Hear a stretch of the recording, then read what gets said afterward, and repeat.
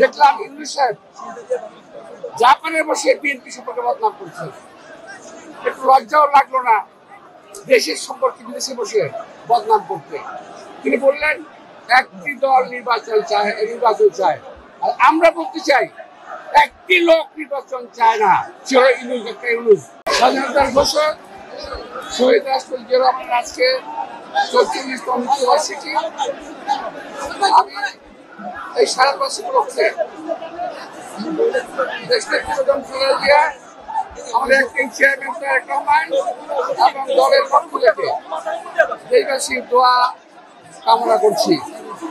আল্লাহ তাআলা যেন শহীদ রাষ্ট্রপতি জিয়া রহমানের ব্যস্ত নসিব করে। আজকে শহীদ রাষ্ট্রপতি জিয়া রহমানকে স্মরণ করতে হবে জাতিকে বিভিন্ন কারণেই। আপনি লক্ষ্য করেছেন সংস্কার করতে করতে বর্তমান সরকার বিদেশ থেকে বহু লোককে আমদানি করেছেন সংস্কার করার জন্য। আমি আজকে অত্যন্ত গর্বের সঙ্গে বলতে চাই, শহীদ রাষ্ট্রপতি জিয়া রহমান বহু সংস্কার করেছেন বাংলাদেশে, বহু। উনি বিদেশ থেকে কোনো পরামর্শ আনেন নাই, উনি দেশে থেকেই দেশের এই সংস্কার করার দরকার করেছেন। খাল সংস্কার করা হয়েছে, গার্মেন্টস ব্যবসা ও পোল্ট্রি ডেয়ারি সহ নারী শিক্ষা, বহু সংস্কার তিনি করেছেন, কিন্তু তিনি কখনোই বিদেশ থেকে কোনো কাউকে আমদানি করেন নাই। আজকে এই সরকার কিছু বিদেশি লোককে আমদানি করেছেন সংস্কার করার জন্য।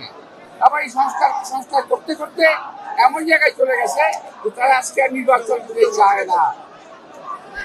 খুব দুঃখের সঙ্গে একটা কথা বলছি, দেখলাম ইউনূস সাহেব জাপানে বসে বিএনপি সম্পর্কে বদনাম করছে।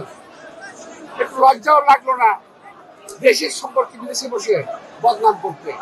তিনি বললেন একটি দল নির্বাচন চায়, আর আমরা বলতে চাই একটি লোক নির্বাচন চায় না, সে হলো ইউনূস। উনি নির্বাচন চায় না।